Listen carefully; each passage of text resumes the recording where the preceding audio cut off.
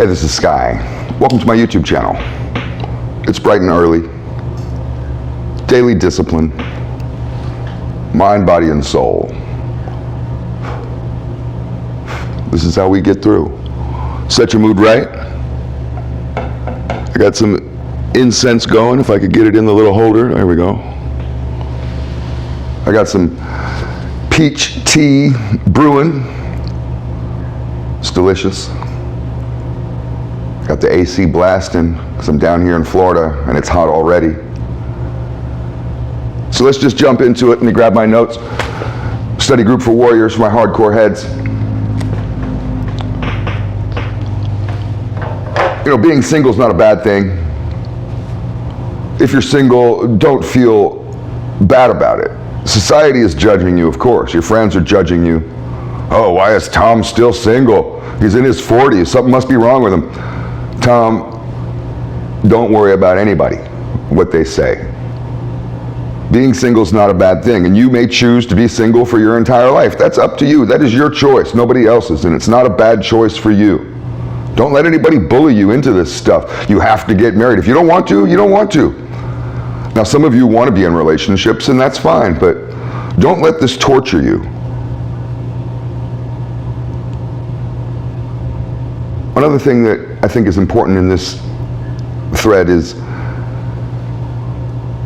she's not your other half, and nobody completes you. So if you are single and you want to be in a relationship, don't be desperate. And don't have some fantasy that, oh, your life's going to work out when you finally get a chick. Oh, if you finally get married, then finally everything will work out. The business will finally work out once you have a woman. Your whole life will finally be good. Nobody completes you. You complete you. This is a job you do on your own. No other person completes you. You don't have a second half, an other half, a better half. You know, when you're only half, when you're 50%, you're literally torn apart after the breakup.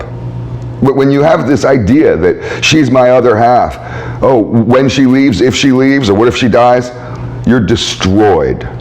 Absolutely, completely destroyed, and I know this for a fact because it happened to me.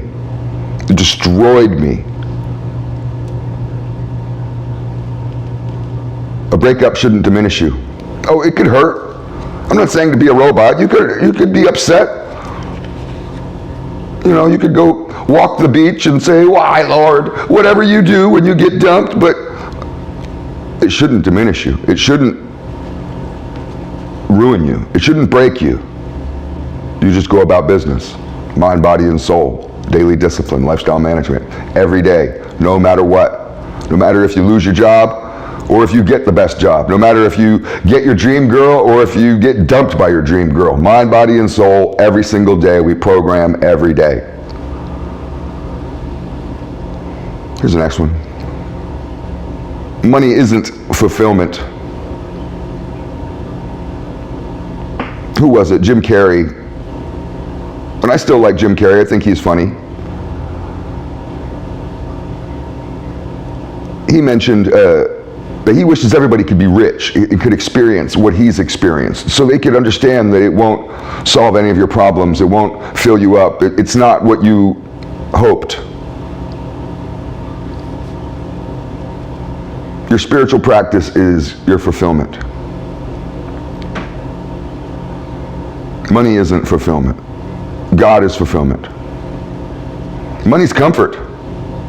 I'm not saying to give up on society or to force yourself to live like shit. Money is about stability. I can do a lot of things with the money that I have that I could never have done before, and I'm grateful for it. I was just thinking about that the other day. Money is a tool to move forward. That's all it is. It's just a tool.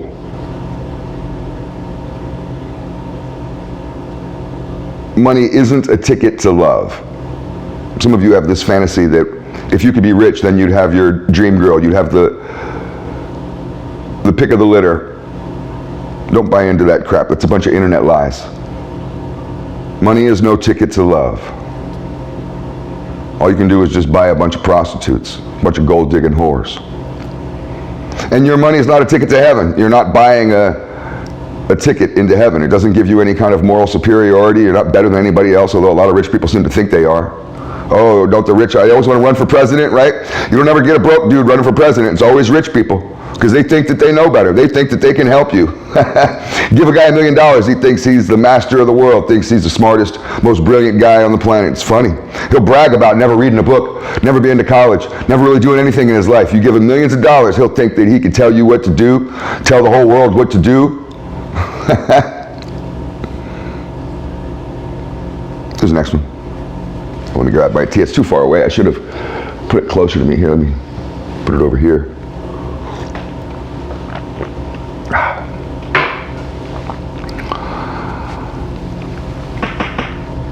You know, I'm sick of feeling powerless. And I'm sick of being powerless. Those are two different things. I'm sick of powerlessness as an ideology, as a philosophy. It's boring. It's awfully postmodern. Postmodernists see the whole world as a power dynamic. Everybody is in some sort of group, and the whole world is a battle between those groups over power. And I'm not seeing the world as a power dynamic between groups. I've traveled the world pretty extensively. I've been around the world twice, literally. And when I was sitting in a coffee shop in Petra in Jordan, talking to some random dude, I realized that even though we live worlds apart and we have different politics and we may get down different with a lot of things, that there is this unity of man, and that not only are we all very similar, but everybody has a role. So I don't look at the world as a struggle between men. Everybody's trying to grab that brass ring and fighting for it. I don't look at it that way. I look at humanity more collectively. Now, that's not meant to destroy your individualism. It just means that we're all in this together. And it's just a different way of looking at things. Here's the next one. Moving forward. Live in the moment more. Learn to live in the moment more. Enjoy the calm before the storm, and there's going to be a storm. Be ready for it. Be all caught up with your shit, with your chores, with your life. Get on it. And that way you can truly enjoy the moment and relax. You know, that's a good feeling when you got all your chores done, everything's done, laundry's done, dishes are done, you're fed, fridge is full, you know, your bed's made, you've already worked today, you've done everything. You can just relax. That's a good feeling, to be on top of things, on top of life. You can really be in the moment when you're on top of life, because you don't suffer from all these anxieties of all this bullshit chasing you. Or it also works for the depression that you suffer from. You can cut the cords to the past and stop thinking so much about the past, stop living in the past, try to be more in the moment. And every time the past arises, those cords try to reconnect, you push them away. Cut them off. Be in the here and the now. Let me give you some advice about meeting women. Now, this is old school advice. And I know we're in a different world, and people say, well, Sky, we're all so busy and blah, blah, blah, blah, blah. Just shut the fuck up for a second and listen to an old man tell you how it used to be. You're not going to meet chicks online. Those are all dumbass dingbats. Trust me, I know. You're not going to meet chicks on social media, on Instagram. They're all whores and fake frauds from, where is it? From Africa somewhere. I forget the country. No. You want to meet a woman, a good woman? You're going to meet her through your social circle, a friend of a friend kind of thing. Oh, I have a friend that would be perfect for you, and then you get this introduction. Or the cold approach, and that's a hard one, and I know, some of you are saying, but Sky, you often recommend against a cold approach, and I do. I don't really recommend you just randomly walking up to some chick, tapping her on the shoulder and being like, "Hi, how are you? I'm single. Are you single? Let's be together." I mean, the cold approach is often for suckers, and a real deal alpha doesn't chase women down like some kind of sucker, some kind of needy little sucker.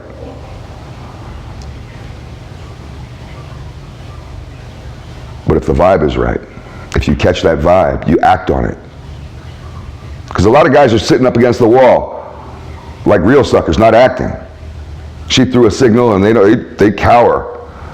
You get that sign, that signal sent your way, you march right over there, confident. "Hey, how you doing?" Introduce yourself. Now, I will warn you, and most people don't warn men about this.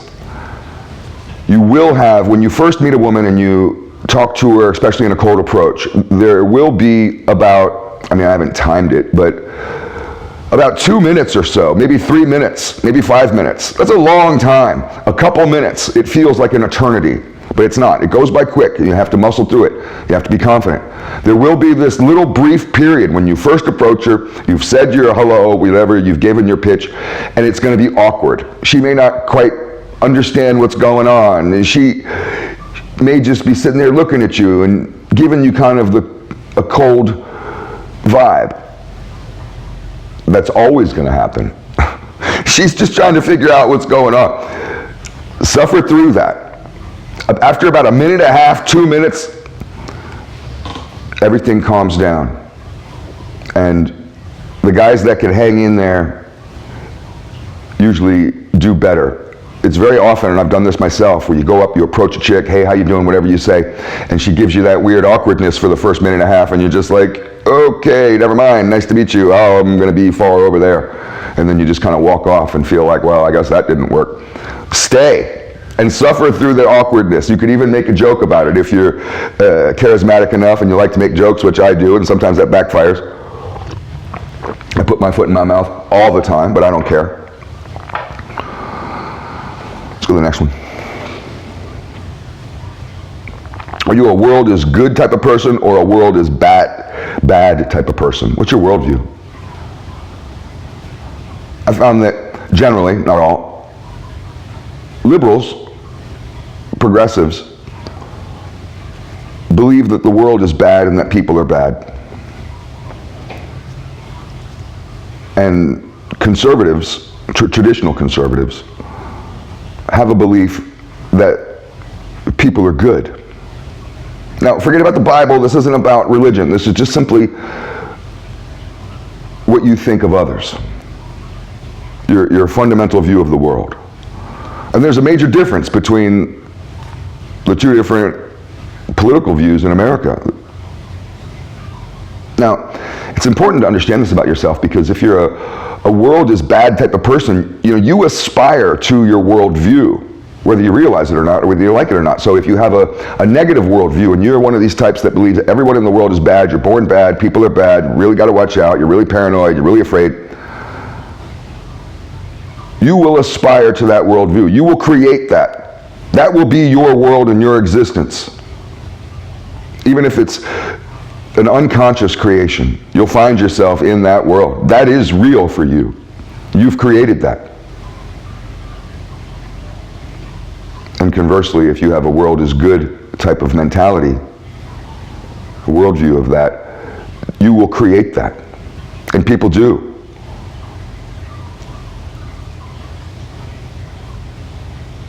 Here's a question.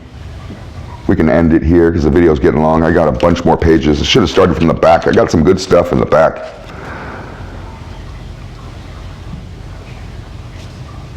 Why don't you want an intimate relationship? That's kind of a big question.